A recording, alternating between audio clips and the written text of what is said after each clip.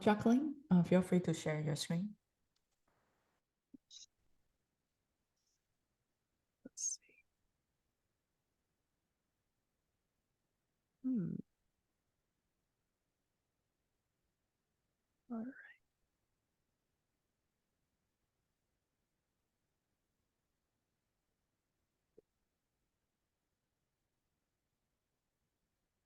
All right. So this week I am going to be talking about Google and ChatGPT 4. I feel like I'm always comparing Google to something or Meta to something. So true true to what I talk about, we are going to be going over the Google and how they announced their new AI features within Gmail, Docs, and also their slides and their sheets in an attempt to rival Microsoft, as well as ChatGPT released their ChatGPT 4 literally on the same day that Google announced that they were creating some new features to roll out. So the rivalry continues, and it is hilarious to myself and many other people who are following along with Google and Microsoft slash now we can say Microsoft slash OpenAI, and the gloves were brought out. So we can start with Google, and this article is from The Verge. It's written by James Vincent on March 14th. And so Google has announced that they are going to be releasing some AI features in a variety of workspaces, including Google Docs, Gmail, Sheets, and Slides. Um, and it the new features use generative AI to help users automate tasks, generate content, improve collaboration, which these additions really make sense for what Google is great at, which is providing these online free to use applications that are very collaborative. And so they really have added a lot of value to what have already been incredibly valuable tools for a lot of people. So some of the things that you're going to be able to do are draft, reply, summarize, and prioritize in your Gmail, brainstorm, proofread, write and rewrite in Docs, bring your creative vision to life with auto-generated images, audio, and video in Slides, go from raw data to insights and analysis via auto completion, formula generation, and contextual categorization in Sheets, generate new backgrounds and capture notes in Meet, and enable workflows for getting things done. And so the the the really interesting thing about this is that it's accessible, but it's not for somebody who it doesn't closely follow tech, or they're not somebody who chases emerging technology. All of these features are going to feel like, oh, this makes sense and it makes my life easier. And I think we really need that right now with, as we talk about all of the new products and features that are coming out literally every single day with the uses of AI. A lot of it requires some decent background knowledge or an extensive background knowledge in a variety of different areas. And so, we can really all get behind Google's choices of just saying, hey, let's remember that AI is amazing, but it doesn't have to be super complicated.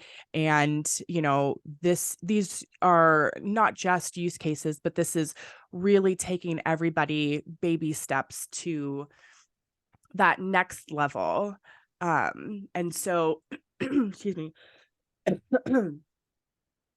I think one of my favorites is that in Google Sheets, for example, the AI powered smart filter or smart film, sorry, will feature automatically filling in databases based on patterns and past behavior. So, if you're um, doing a sum equals, and you're trying to create a lot of these equations, then it's going to guess, similar to if you're using Visual Studio and C#, and it has the ability to predict what you're trying to do. We're now going to see that in Google Docs. We're now going to see that in Sheets. And another one that's I'm excited to try is that there's going to be some quickly created, really beautiful presentations for the Google presentation. So it's removing some of the barriers to entry, and not even to say that Google presentations there's a lot of barriers to entry, but for somebody who's not a designer, then it can feel daunting or frustrating to think, how can I make this look acceptable? So there's going to be a lot more opportunities for that. Um, so the new AI powered features, they build on the existing AI capabilities in all of Google's productivity apps. And so if you're wondering, what was the predecessor versus where we are now, if you think about when you type an email in Gmail and how it would say, do you want to type this sentence, or do you want to it would give 2 to 5 words. What it's going to be built out quite a bit from that. So that step one to where we are now. But for, anytime that we're talking about AI, the use of AI in these productivity apps raises questions about privacy and security. And so, it's always important. I don't think that the conversation of privacy and security could come up enough. Every single time that a pro is thrown out there, it's important to remember that we have to be thinking about the ethical, the privacy, the security to each of these things, not just as a whole, but to each of the new products that come out, as well as, of course, its impact on human jobs and creativity. But Google is being smart, in my opinion, on how they're doing, how they're releasing these tools. Again, baby steps. They're not trying to do something. They're not trying to get us to the moon. They're trying to get the general public more familiar with how AI can be used in the day-to-day. And they're also addressing concerns and really emphasizing their commitment to responsible AI, which I think is awesome.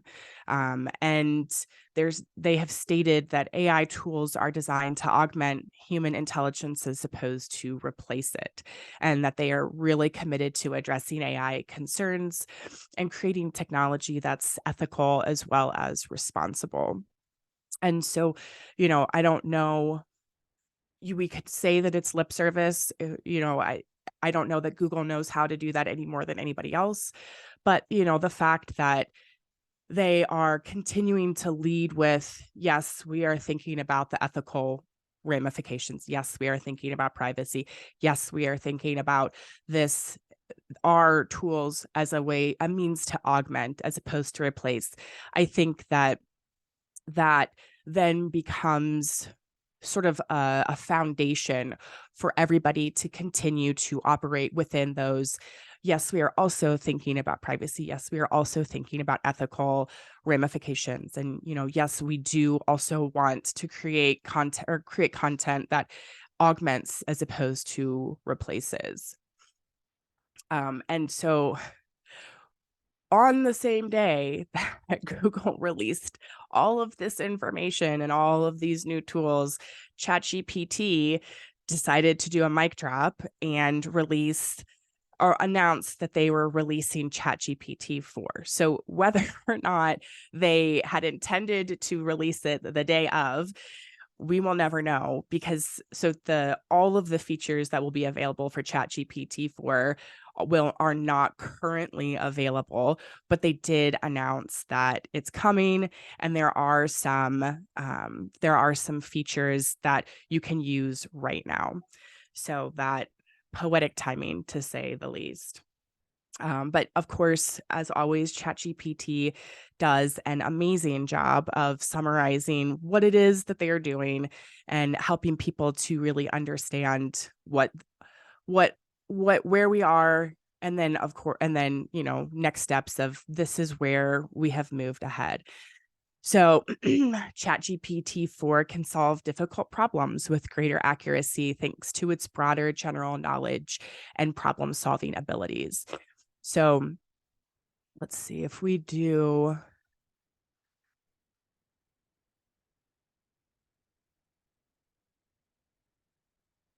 Let's see here. It did have, here. So I'll come back to this, but this statement here, it can solve difficult problems with greater accuracy and broader general knowledge. I think that down here it does a better job of explaining of a practical use case. So it says that it surpasses ChatGPT in its advanced reasoning capabilities. So the input here is that, let's say you're a manager and you're trying to schedule a variety of meetings. You put in Andrew is free from 11 to 3, Joanne is free from noon to 2, such and such and such. If you do that in the ChatGPT versus ChatGPT 4 and you put the exact same information, both of them create the appropriate Andrew is free from this time, same, but the ChatGPT 4 actually got this problem correct. So the common availability for a 30-minute meeting is from 12 to 12:30, whereas the ChatGPT basically hallucinated and made up an arbitrary time, and it was incorrect. So something like this is a very good and clear indicator that it is able to process information a lot more thoroughly and get correct information based on that context. And as an aside, one of the things that I have seen pop up a number of times is that people will say, oh, ChatGPT is awesome. And, it can give you all of these amazing facts, but it can't do 2 + 2.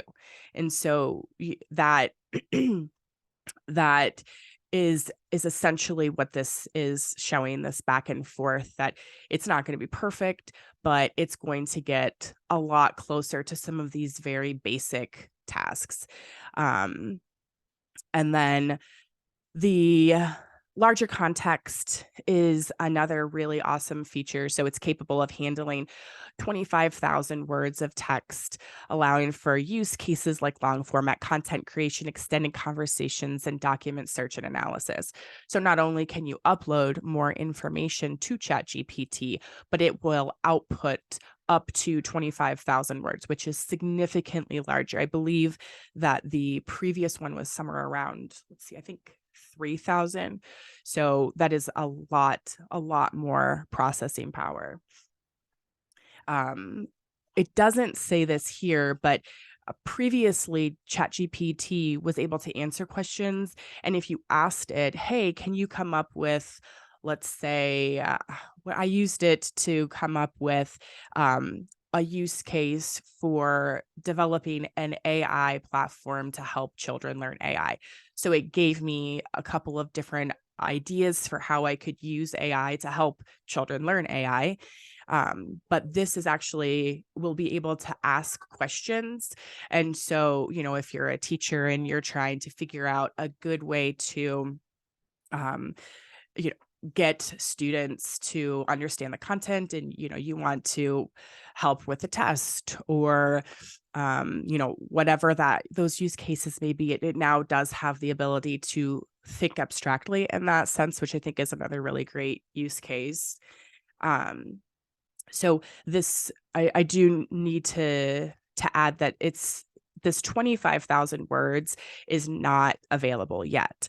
And the other really amazing feature that ChatGPT 4 is releasing is also not available yet. And we're not entirely sure when it's going to be available to the public. It does, on their website, it does say that you can sign up to be waitlisted, which is pretty common anymore for any of these new feature releases.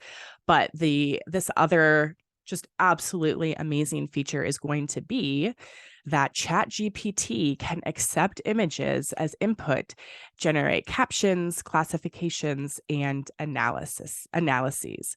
So this is their example. What can I make with these ingredients?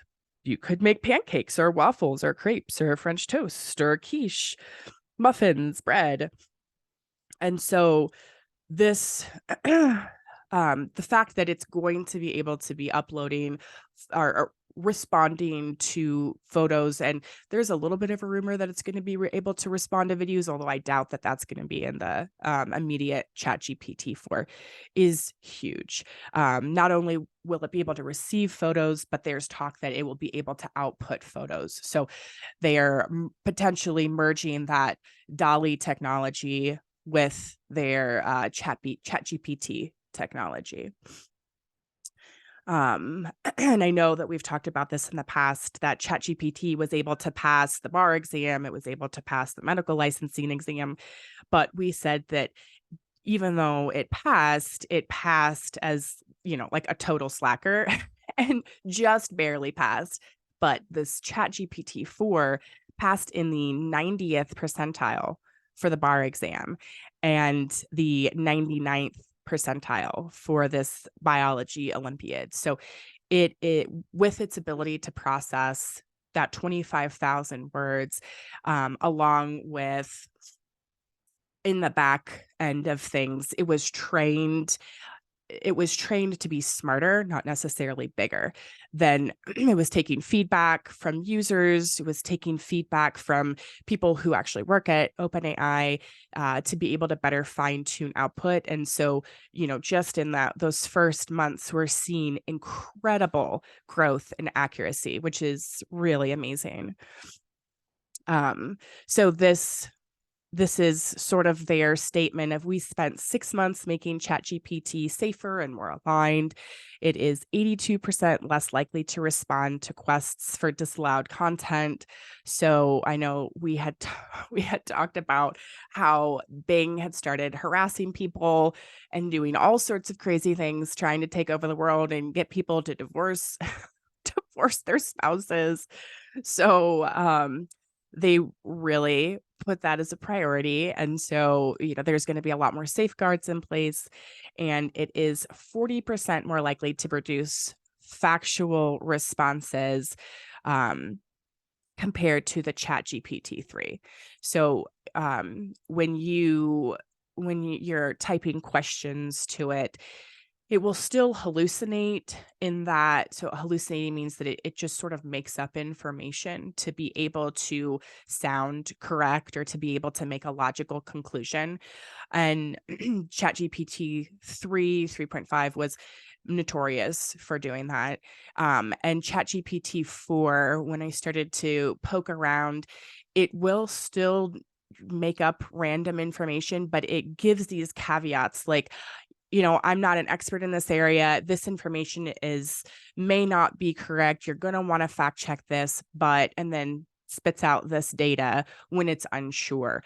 Versus with ChatGPT 3.5, it's like, hey, this is the truth by the grace of God, and, take it as 100% factual. So you're getting these clues that are saying, hey, you may want to do some additional fact checking on this because I'm not quite sure. And again, it's not going to give that every single time, but it's doing a lot better of a job of trying to help you to feel more certain when it's certain and less certain when it's less certain. So some of the places that you can already see ChatGPT 4 in its full and entirety is that they partnered with Duolingo. They partnered with Be My Eyes, which is a low visibility accessibility partnership.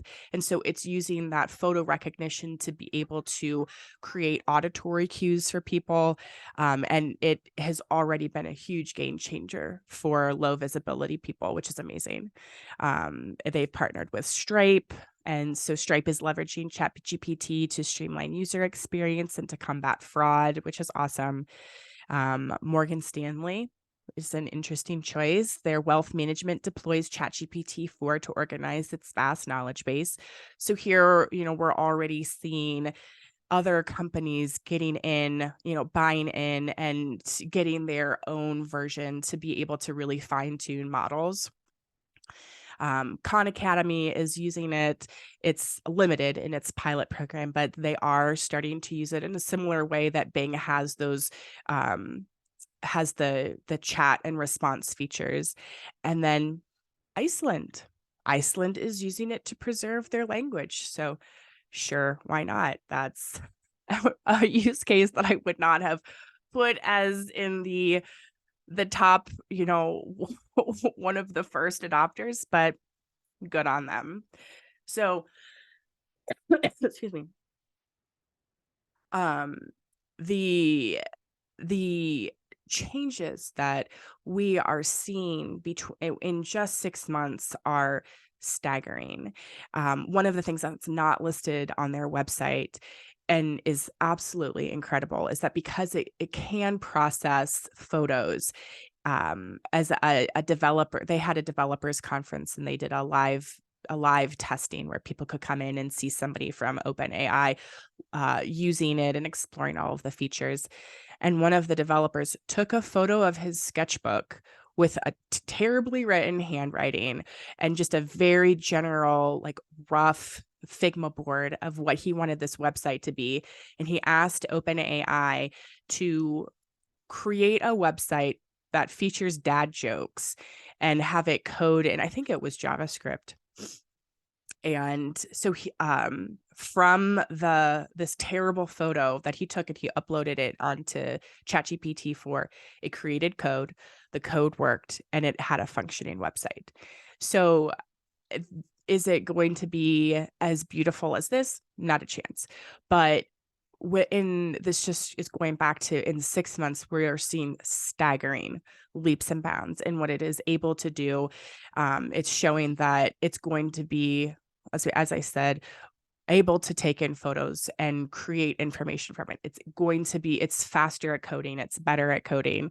And so I'm really, really excited to see, in the next 6 months, what we're going to be seeing from them. But one of the, is in a nutshell, some of the applications based on these updates that you could be using ChatGPT for are natural language processing tasks, because it currently has a more realistic human voice to it, and it has a more natural pacing and rhythm, which would be able to have customer support chatbots and virtual assistants. So it's going to enhance those customer experiences through their improved chatbot interactions.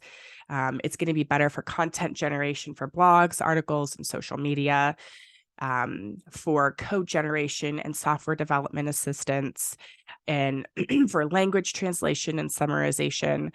I don't believe, no, it's not on this website, but they do have a list that's floating out in the internet ether of the languages that it's most proficient in, and it's something like 15 or 20 different languages. So I actually was testing it in Hindi because my husband is from India, and so I was using it to translate information or translate my conversation into Hindi to talk to his sister. And she said, "How did you get this? How did you type so well?" And I said, "Well, I used ChatGPT 4." And her mind was blown. So for anybody who's used Google Translate, or any of the translation websites out there, this blew it out of the water. And it was with like 99% accuracy that it got it correct. And so then, the last couple of things that we may see this being used for is, again, that creative writing, maybe not necessarily for something like marketing, but a lot of people are talking about applications for books, poetry, for music, even just for brainstorming. And then just in general, businesses can be really thinking about ChatGPT for and leveraging these abilities for increased efficiency and cost saving measures. So, maybe instead of laying off like 10,000 employees, you could do some upskilling and reskilling to train your employees, and help them to grow and be more efficient, so that you are you are boosting productivity to get a greater sales rather than cutting costs, and, you know, like basically having everyone live in fear. So with that, I will stop sharing if I can get this. Here we go. And we'll open it up for discussion between the two. Well, I think we have to keep the perspective of what other tools are available to do these things. Like for the calendaring facility where you want to coordinate to create a meeting time, you know, there's already great tools that do that far more efficiently. And like for the Mac, I use a popular calendar program called Fantastical, and it just does that so much more seamlessly than what you were showing with ChatGPT. Also, although it may pass the bar exam or, you know, some sort of medical exams, the hallucinations are just too much to swallow. You know, if I talk to my lawyer and he says, "Oh, sorry, I just had a hallucination right now," I'd be looking for a different lawyer. Same with my doctor. Absolutely. Same with some sort of AI program that's driving my car. You know, if it's saying, "Oh, I just saw a car in the tree branches over here," I'd say, "Okay, I don't want this thing that's hallucinating driving my car." And so I think the hallucinations are sort of a big deal. And in terms of math, I've been attending a course on how these chatbots work internally. It's based on a Stanford course. And I said, you know, they were going over, oh, this is how I can learn how to do math. I said, this is just a very inefficient way of doing math. Isn't there a better way to do this? Can't the chatbot realize when it's in over its head with math that it just needs to transition to more traditional mathematical facilities? And they said, yeah, we could do that. Also, another topic that we talked about was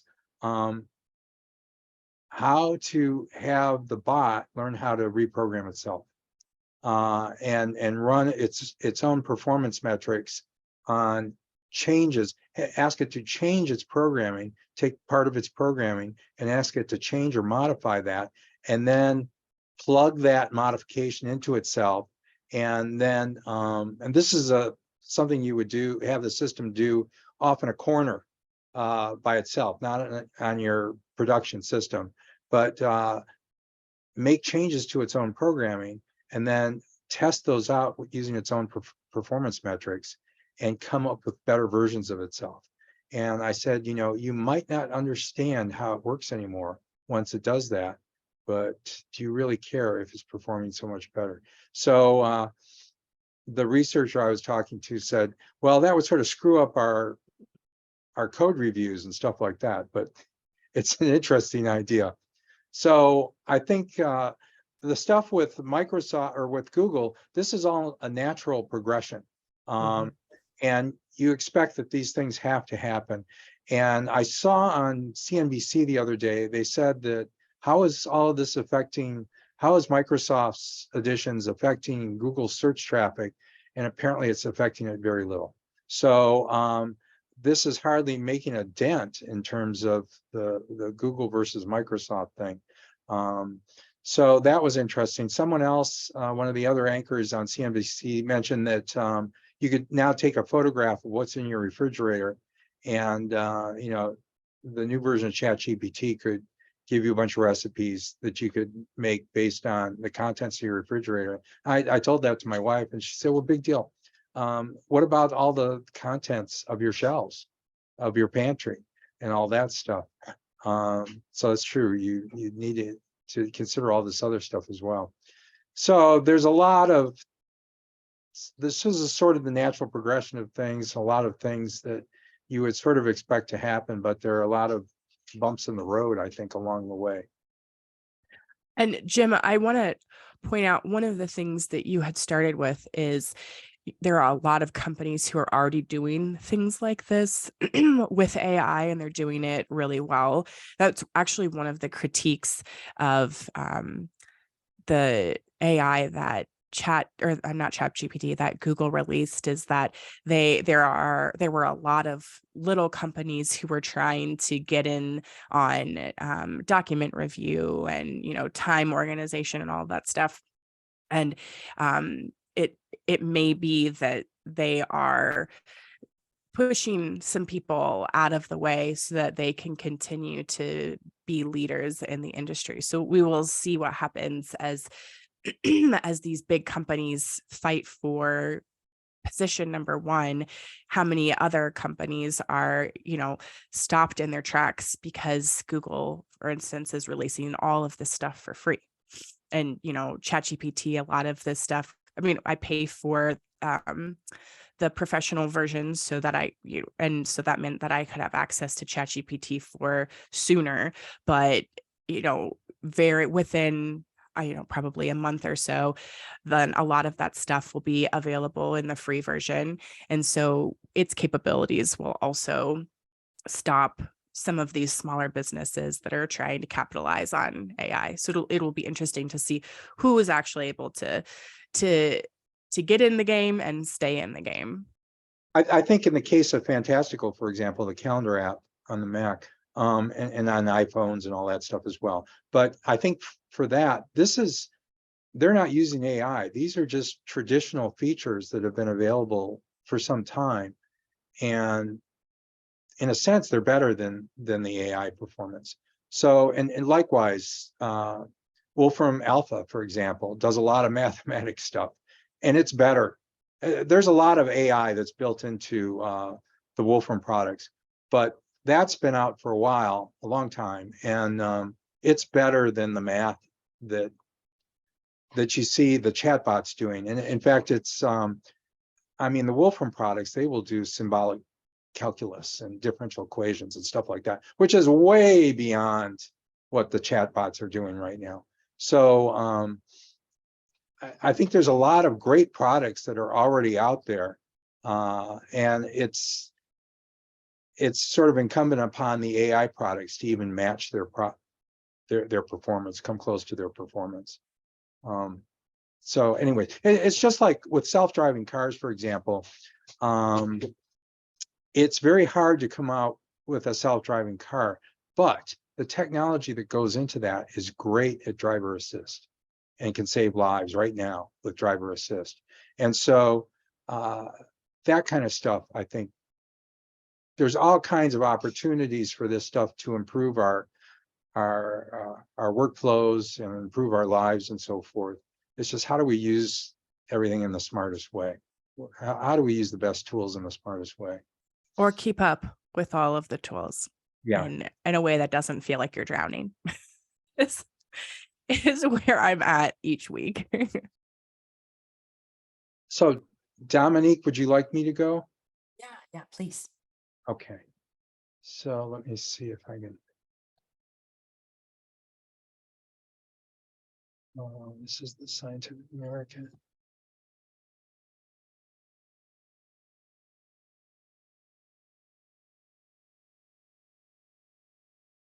It's a Okay. board with your pen. Is that a news or a whiteboard? Where is that coming from?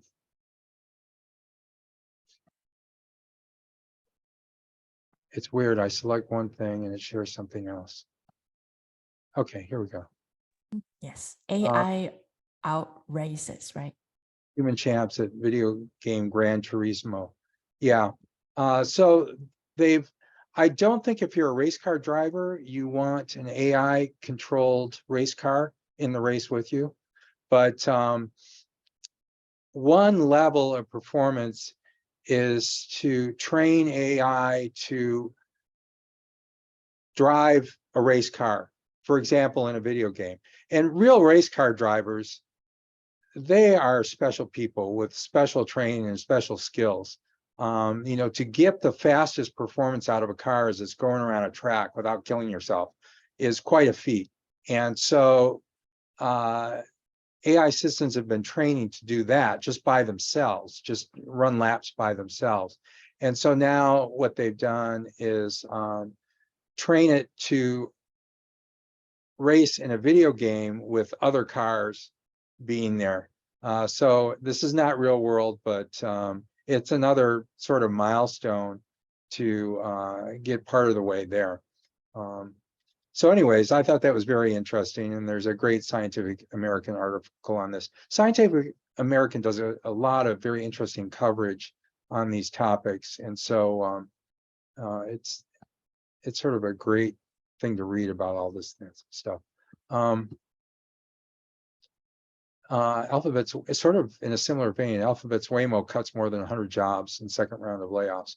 So I think what's happening is there's sort of a realization that having a self-driving car is a big thing to bite off and chew. There's a lot of technology involved in trying to get that to work successfully, but using this stuff for driver assist is a wonderful thing. You can save lives by doing that. So this is a Reuters article that goes into all the self-driving car efforts, and here they say the job cuts at Waymo are part of wider layoffs across the auto and tech industry, including at Rivian Automotive, General Motors, and Meta Platforms, where they're sort of cutting back on some of these self-driving efforts. So I think things are sort of reorganizing to sort of take care of the gap between what you need to do for a self-driving car and what you need to do for driver assist. And Ford Motor Company pulled the plug on self-driving unit Argo AI in November. So it's very interesting to track this technology and see how companies are reorganizing the allocation of resources to these various functions. I don't know if I covered this last week. I don't think so. I was reviewing the video and I don't think I covered this. This is from MIT News. And it was a headset that they set up that could view things that are hidden visually. So you might have some stock somewhere in your warehouse that allows you, this system would allow you to find things that you can't normally see. It allows you to see things that are in boxes, hidden behind the boxes that are in front of you, and so forth. This is what I need to find things in my house.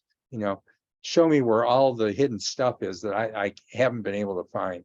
So this is an MIT system designed specifically to do that, and it's based on using these chips or tracking devices that you can attach to something so that you can find hidden items. I think that's sort of cool. This is sort of something that's interesting from an engineering standpoint. What you're seeing here is an augmented reality system that shows you the electromagnetic fields in the area of a device. This is normally something that you can't see. And so this system, and I have a little video here.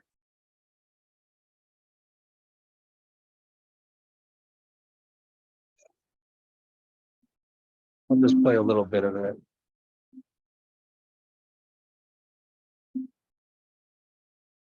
Many of the systems that we interact with. The problem of the technology was that you could capture that light, that image, to bring those images back that exists within the field. Well, I don't have time to do a whole lot of video, but basically you can wave sort of a wand around. Let's see if this shows it a little bit better. Yeah, I think this is the better video. You wave sort of a wand around, a sensor around, and it will plot out the electromagnetic fields. Yeah, I'll let this play for a little bit. So this is at hackaday.com. It's mapping out the electromagnetic fields around a device. So you could do this for a variety of different sensor inputs. You could do it for heat to see how engineers love this kind of stuff. You can map out heat, for example, to see what parts of a device are emitting the most amount of heat. In this case, it's magnetic fields. So there's a large family of applications that this would be good for. You can map your aura, and I have to say it. Yeah, you're right. You can officially map your aura, and that's amazing. Yeah. It So anyway, reminds me of like Ghostbuster. Like you Yeah. probably can kind of draw a ghost. yeah. So I love this kind of stuff. Many years ago, Radio Shack, which I think is all out of business now, they sold a device. It was a magnetic pickup for your telephone. You'd stick it, it has suction cup, you'd stick it on your telephone, and it would allow you to amplify your telephone through a speaker. And but the cool thing about that, it was an electromagnetic pickup, and you could run it over your computer, for example, and you would hear all this stuff that's going on inside of your computer. You could run it over your cell phone, and you would hear all this crazy electronic activity that was going on in your cell phone. And in fact, there was a big scandal about diplomats in Havana, for example, hearing these sounds, and that there was some sort of focused weapon on their heads, and it would make them hear these sounds.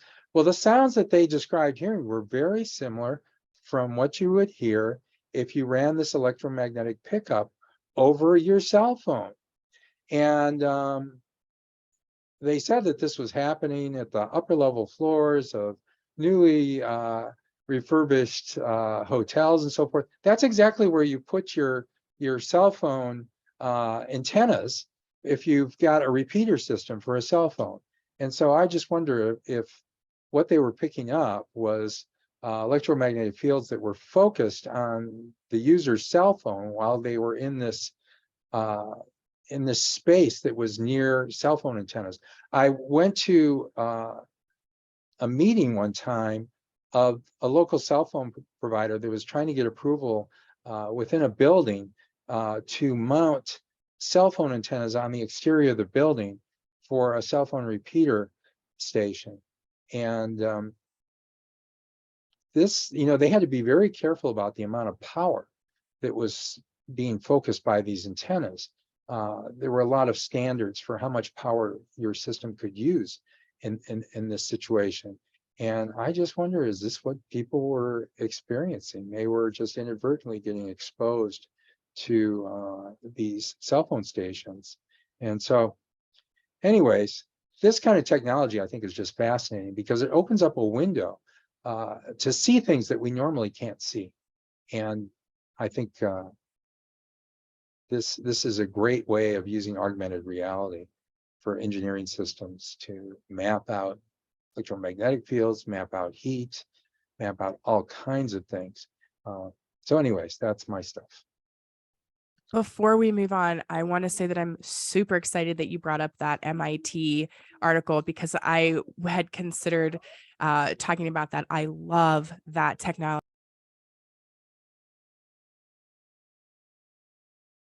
Sorry. So one of the things that you had not mentioned, which I think it's totally worth mentioning, is that there are a lot of applications for that technology, and there's all of these caveats that say we are not anywhere near ready to release this. Beta. We're not even sure if this is safe because it's exposing people to some amount of X-ray radiation. What? X-rays for what? What is it? X-rays in what way? So it's let me see, where is it? I have a note on here.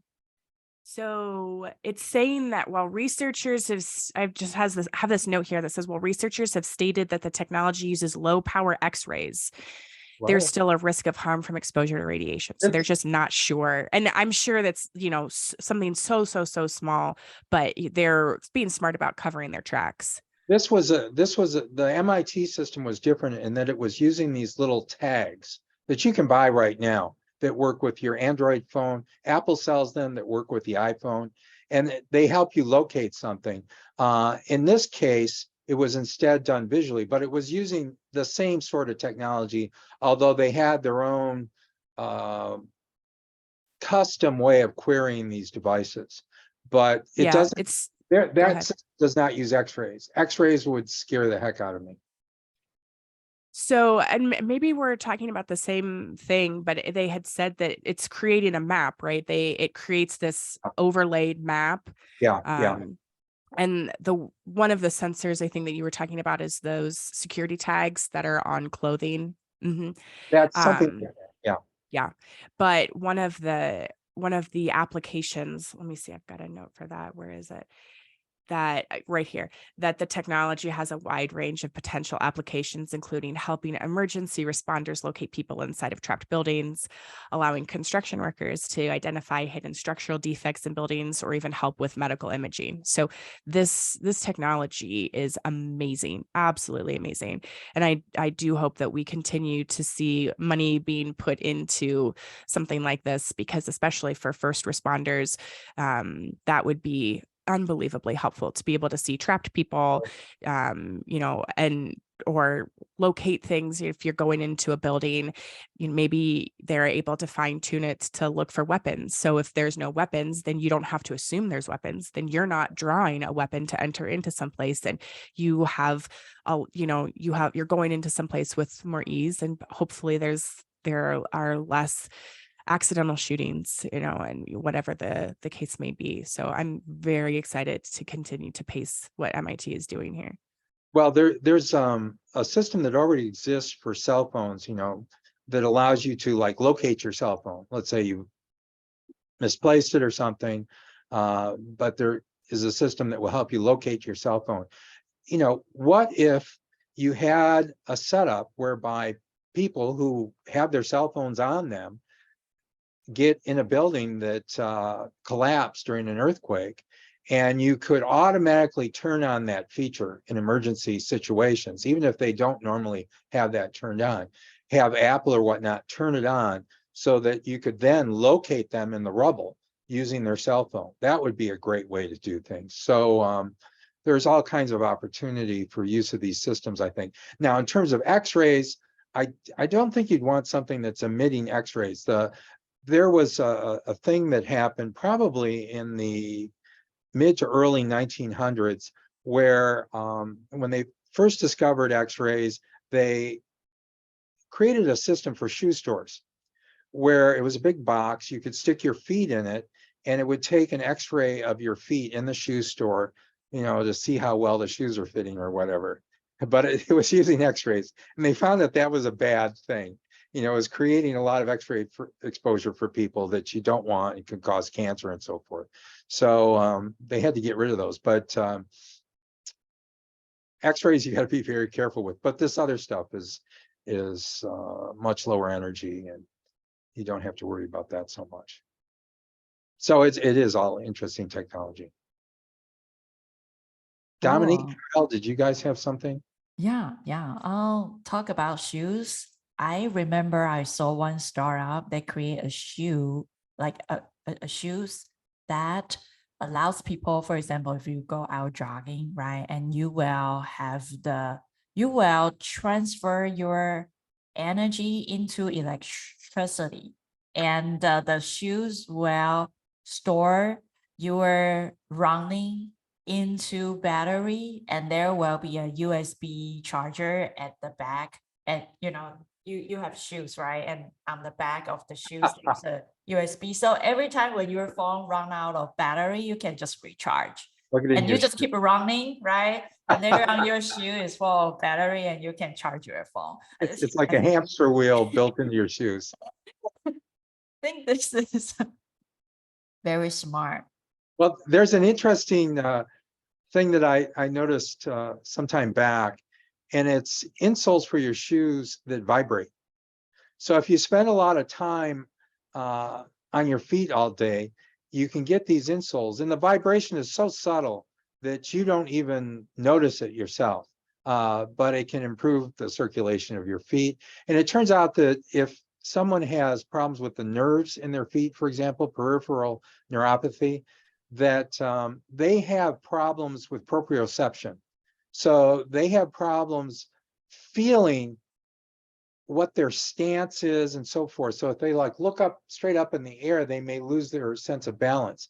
But the vibration in their insoles can help the nerves. It's sort of a use of noise that helps the nerves get more accurate information and can help with those proprioception problems.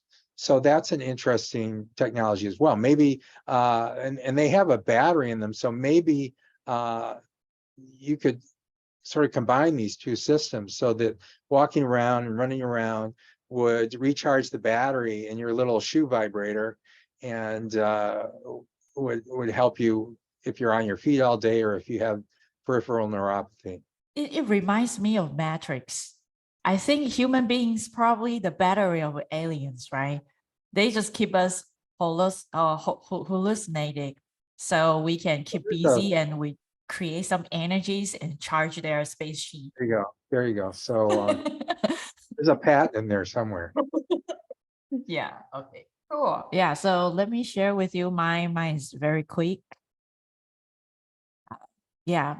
So we talked a lot about AI, and interestingly, that Musk long time ago donate $100 million for OpenAI, and for some reason, because of a conflict of interest of VC, so he left OpenAI in 2018. Now this business grow to $30 billion and more. So it's a very interesting thing that I think Musk is going to create another AI because he found out that the open AI is a little bit misleading and grown to something that he doesn't align with the vision for the AI. And Microsoft just canceled the group of the ethical group for censoring AI in Bean or in Microsoft team.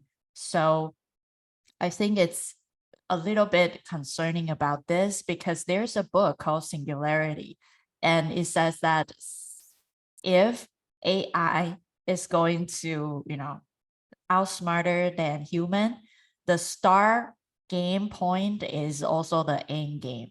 The when the game starts is the end game immediately because if who like imagine are we allowed bunch of monkeys to roam us, right? So same as AI. How can AI tolerate like monkeys to govern them? So so I do think that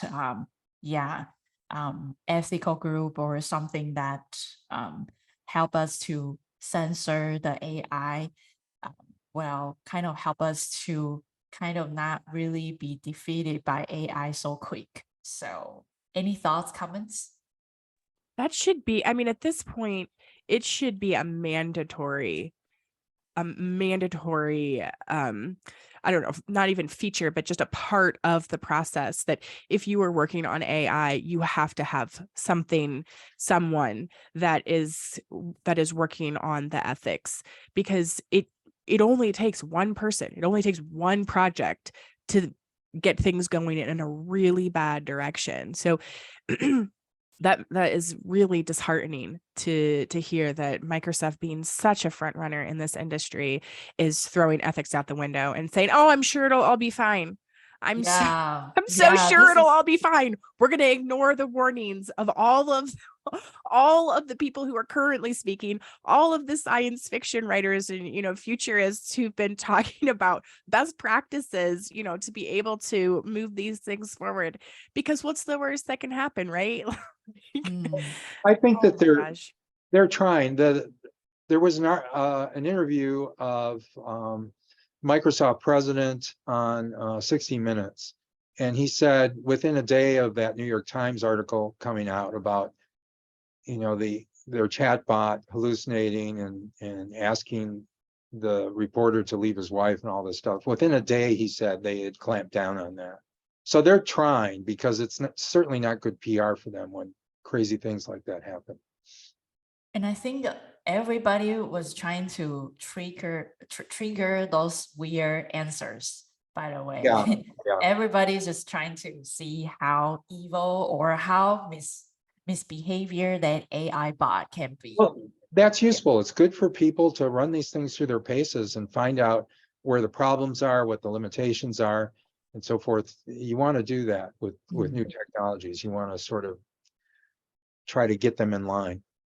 Yeah, yeah. So it's interesting, and I think Musk has a great vision for all the I would say ecosystem for the Earth, right? He has Starlink, which provides free internet, and later on he will has Tesla phone, which allows people to kind of connect anywhere, anytime. So people just need to pay the fee for the Starlink, and you can go anywhere, and there's always Wi-Fi and always using Wi-Fi to call. I think this is brilliant, and also self e-car, right? And also like go to space. I think all the stuff he create, it's pretty meaningful. It's certainly involved in a lot of stuff. Yeah, pretty cool. Okay, so another news is that Google ends the Google Glass. Google Glass is probably one of the pioneer AR glass. However, they are going to stop the entire distribution and no longer can buy it anymore. And also Microsoft HoloLens has already shut down the entire department last year. Really, And so just shuttered all of that. yeah, I mean, HoloLens is such a big thing, right? In the past, all the enterprises using. Yeah, I was surprised by how, yeah, like last year it was all metaverse, right? And this year metaverse seems a word very close to something that obsolete. Didn't Like, they have military contracts for the whole? yeah, I think they kind of cancel, or for some reason. I remember a long time ago we have an article which talks about the military that has said a lot of soldiers complain about how heavy it is and how nausea, like people got disorienting. Yeah. They couldn't get people to get past all of the all of the hiccups that, as regular users who are trying to do Beat Saber for 15 minutes, you know, if you're trying to be in the field with extreme precision, there was just too much hindrance that initial contract that they won, they only got a portion of the funding, and when they tried to continue on, their funding stopped, and they said that there was just an overwhelming amount of people who did not want to use it. So the technology just wasn't there for them to continue on, and that was a huge hit for Microsoft Lens, or for Microsoft and HoloLens, because that was a huge portion of their funding. Yeah, so I can say that last year was the the year of metaverse build, and this year is AI. Everything is AI, and I think metaverse just like a fallback and start keeping working on it, and maybe after a few years it will rock again. But I think it's the bubble burst. Well, there's this a lot year. of applications that are growing right now for augmented reality. And Hmm. we're starting to see the glasses Hmm. sort of come into their own, you know, where you're not wearing a big headset and all that stuff. Yeah, I think like that's probably the next phase. yeah, I think now the headset is just too giant, right? Yeah, and I remember one of the episode we talked about banana size of VR gargle or AR gargle, right? And now the size will become smaller and smaller. Apple, Meta, they are going to launch their AR glass like a more lightweight. Have you ever tried Ray-Ban smart glasses? You've been trying them, haven't you? Yeah, I have one. Yeah. It's like a sunglass, but it's much heavier than the actual sunglasses, just because you know they have a lot of AR, AI, some like a voice command, augmented audio there, and taking photos. So it's definitely heavyweight. And I can say that it's kind of a template size fit for all, because I mean, I have Asian face. So when I wear it, I think it's for people who got a bigger nose. So every time you just like a slide down, and I had to buy the nose pad when I wear it. So yeah, so it's not like a, yeah, they partner together and kind of put some technology inside. And also Ray-Ban, Meta partner Ray-Ban, that smart glass, it has an app which allows you to kind of doing montage types of things. For example, like when you go out, you can just say, hey, Facebook, take a photo. And it will kind of, you can hear the sound and there's no visual at the front. You just hear something like a shutter sound effects. And you kind of understand, oh, this view was being shotted. And later on, you can check your phone and it will sync to your phone. And there's kind of a template button, and you can click and it will generate whatever you see today and make a 10 seconds, 20 seconds short kind of film, or and with the sound, with the auto editing. So it's like one button and it will kind of create a short video and ready for you to send to Instagram and Facebook, or download it, maybe share to TikTok. So it's a very cool device. And I said that, yeah, in the future, all the glass supposed to be smaller. I think Google Glass at the beginning, the reason why it fails is because first it launched too fast. Because difference from software engineer, once they release beta version, they can kind of revise it over the cloud. But the hardware device, once you ship, you couldn't really work on anything because the actual product is at the hand of the customer. You couldn't really do anything to change the hardware setting. So they launched too fast. And the second is that the look of Google Glass looks too gimmicky. So for example, the Ray-Ban, it looks hip. It looks really fashion. So I even wear it to go to hamburger, to buy a hamburger. And I wear that sunglass. You know, the staff doesn't even notice that I'm video them.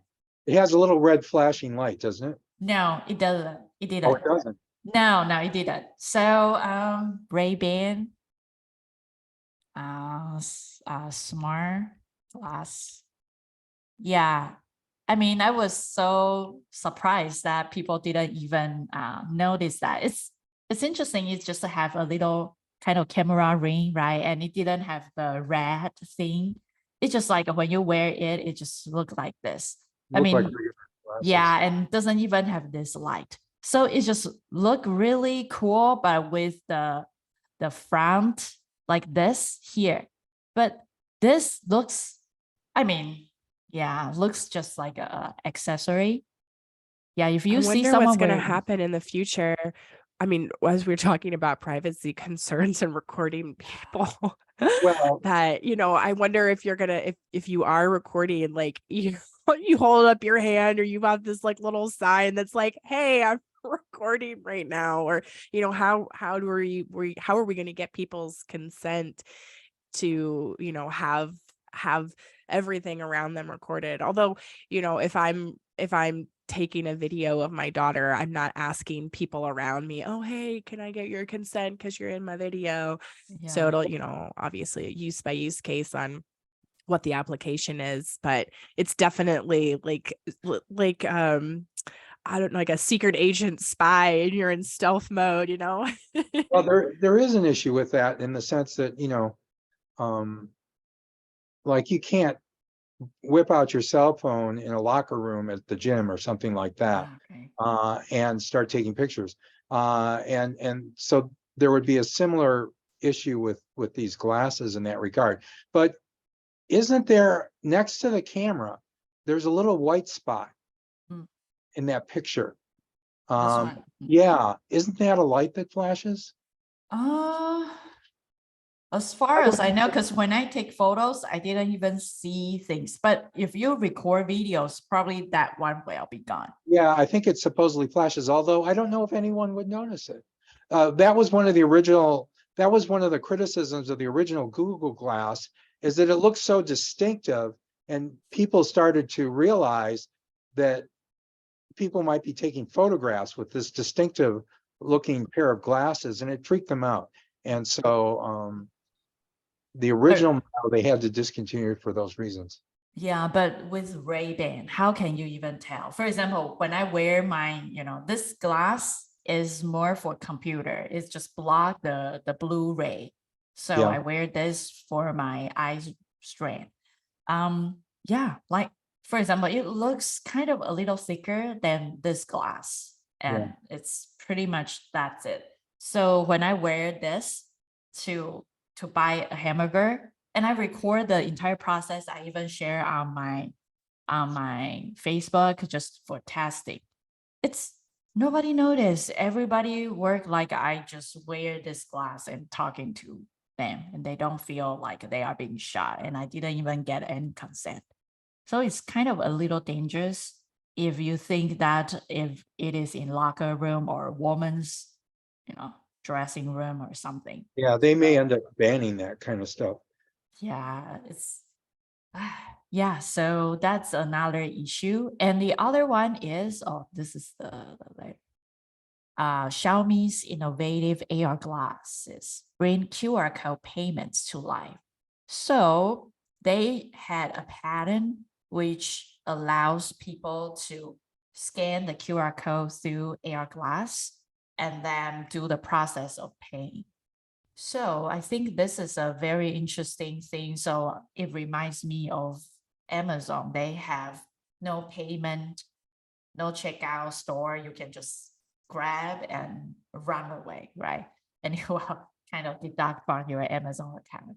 And there's this one- Apple Pay as well. Apple Pay is a similar type of system. yeah, and AR glass, it's pretty much, I don't know, what if you don't want to pay, you just want to look at that and just go through it. But maybe there's something that you can direct pay. So yeah, I feel like cashier has a serious danger they will get out of market because AR glass, Apple Pay, and Amazon store. So yeah, so all those high tech will be automate all those process. The other one is I just find out this is fun. Xiaoping's flying car prototype aims for sustainabilities. But there are a lot of rooms to get improvement. Yeah, so yeah, it's just very interesting to see, like before we thought flying car will be done in the year of 2000, long time ago, but now nothing yet. But now somebody is trying to create flying car. The interesting thing for flying car is that I personally don't think is sustainable, because just by lifting that giant thing and trying to hover over, it might be really loud and not really efficient for economy. But it's just very interesting to see that this things from our imagination is finally like a UFO, right? Like finally doing its invention. But I think it might need to do some research for the engine, because I don't think that propeller will be the best way to do the flying car. It should be something very similar to UFO, that you use some types of certain rotation or something instead of using the propeller to trying to lift up the car. But focusing on somebody's working. aerodynamics and Yeah. conservation of energy and all of the Yeah, I things. feel like as this- opposed to just, we have a flying car. We just put like some wheels, some fans on top of it and try to lift it up. I feel like the energy is not using in a sufficient way. What do you think, Jim? You are the expert in cars. I don't want it landing on my house by accident. That's the thing that bothers me. And Or hitting power lines. You know? Yeah, and there's birds, man. right? Birds. people doing enough crazy things in non-flying cars that I don't want them in flying cars. There was I was up working late one night, and I lived on a major street, and I heard this screeching of tires and all this stuff and this banging around. I looked outside and a car had flipped over on the street in front of my house. And so I immediately called 911 because, you know, if your car flips over, there's a good chance that you're going to be seriously injured. And so the 911 operator asked me, is there actually anyone in the car? And I thought, well, that's an incredibly stupid question. You know, how did the car get there? But I went out and checked, and sure enough, there was no one in the car. They had gotten out and run away. And so anyways, I don't want that person flying in a car above my house. Maybe AI can be the driver. No, And no, then- I don't want. I was just Definitely. gonna say that's AI the driver. Jim is 100% against that, 100,000% or more. I think this flying car should be transferred to the shape of disc, right? UFO, right?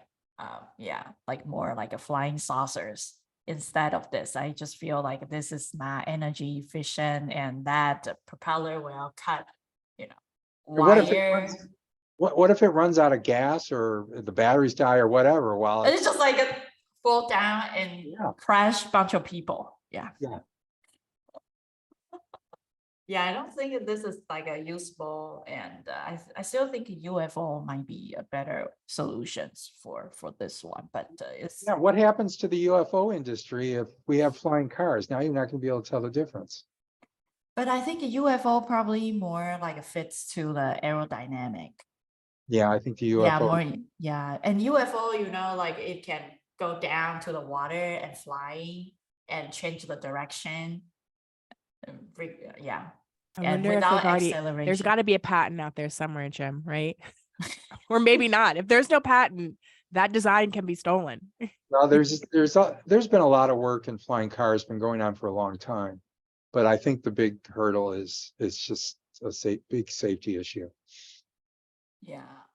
So I don't know how practical this can be, but it's just very interesting to see we finally lift up the cars. Well, it was in the Jetsons, so that was a cartoon that was big when I was a little kid, and so you know they had flying cars in the Jetsons, but they didn't have to deal with people getting killed by them. Cool. That we Yeah. saw. That Yeah. would have Yeah. changed the nature of the cartoon slightly. Yeah. Yeah. Cool. Yeah. I think that we have another new person joining us, Richard.